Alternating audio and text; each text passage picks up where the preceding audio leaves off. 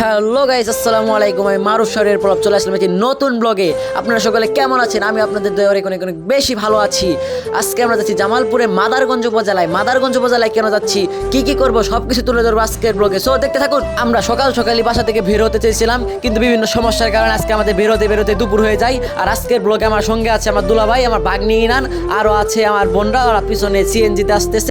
মাদারগঞ্জ যাওয়ার সময় মাদারগঞ্জের রাস্তার অপরূপ দৃশ্যগুলা একজন প্রকৃতি প্রেমীকে সহজেই মুগ্ধ করে নেবে। আর হ্যাঁ, আজকে মূলত আমরা মাদারগঞ্জ যাচ্ছি আমার বড়াপুর বাসায়। আর বড়াপুর বাসায় যাওয়ার অন্যতম উপলক্ষই হলো মাদারগঞ্জের ঐতিহ্যবাহী জামাই মেলা। যেহেতু বড়াপুর বাসায় যাচ্ছি, তাই তাদের বাসার জন্য সামান্য মিষ্টি কিনে নিলাম। মিষ্টি কিনা শেষ করে আমরা আপুর বাসার উদ্দেশ্যে বেরিয়ে যাই এবং কিছুক্ষণের মধ্যে আপুর বাসার গেটের সামনে উপস্থিত হই এবং মোটরসাইকেলে ভিতরে প্রবেশ করিয়ে দিই। তারপর আমরা আপুর বাসায় প্রবেশ করি এবং প্রবেশ করার পর দুপুরে খাওয়া দাওয়া শেষ করে কিছুক্ষণ রেস্ট নেওয়া শেষ করে বিকালবেলা আমরা সপরিবারে বেরিয়ে পড়ি জামাই মেলার উদ্দেশ্যে।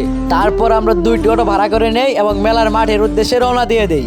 রওনা দেওয়ার কিছুক্ষণই পরে আমরা আমাদের কাঙ্ক্ষিত মেলা, সেই ঐতিহ্যবাহী জামাই মেলায় এসে উপস্থিত হই। মেলায় প্রবেশের পরে আমরা দেখতে পারি বৈষম্য বিরোধী ছাত্র আন্দোলন ও জাতীয় নাগরিক কমিটি মাদারগঞ্জ কর্তৃক আয়োজিত ফ্রি ব্লাড গ্রুপ নির্ণয় ক্যাম্পের আয়োজন করা হয়েছে। মূল মঞ্চের কাছে যখন আসি, তখন দেখতে পারি এক ভাই তৈলাক্ত কলা গাছ বেয়ে উপরে ওঠার চেষ্টা করছে এবং অনেক দর্শক তাকে উৎসাহ দিচ্ছে।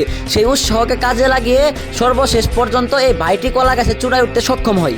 মেলায় শিশুদের বিনোদনের জন্য রয়েছে নৌকা, নাগরদোলা, ঘূর্ণয়মান দুনলা, স্লিপার সহ অন্যান্য রাইডস। জামাই মেলা আরও রয়েছে মেয়েদের জন্য বিভিন্ন কসমেটিক্সের দোকান, বাচ্চাদের জন্য খেলনার দোকান, মহিলাদের জন্য হাঁড়ি পাতিলের দোকান, ফার্নিচারের দোকান এবং সকল বয়সী লোকের জন্যই জামা কাপড়ের দোকান সহ সুতা থেকে জুতা, একজন মানুষের যা যা প্রয়োজন সবকিছুই এই মেলা থেকেই সংগ্রহ করে নিতে পারবে। মেলায় আরো পাওয়া যায় এলাকার বিখ্যাত মিষ্টি জাতীয় খাবারগুলো। জামাই মেলার অন্যতম প্রধান আকর্ষণ হলো জামাইদের মাছ কিনা।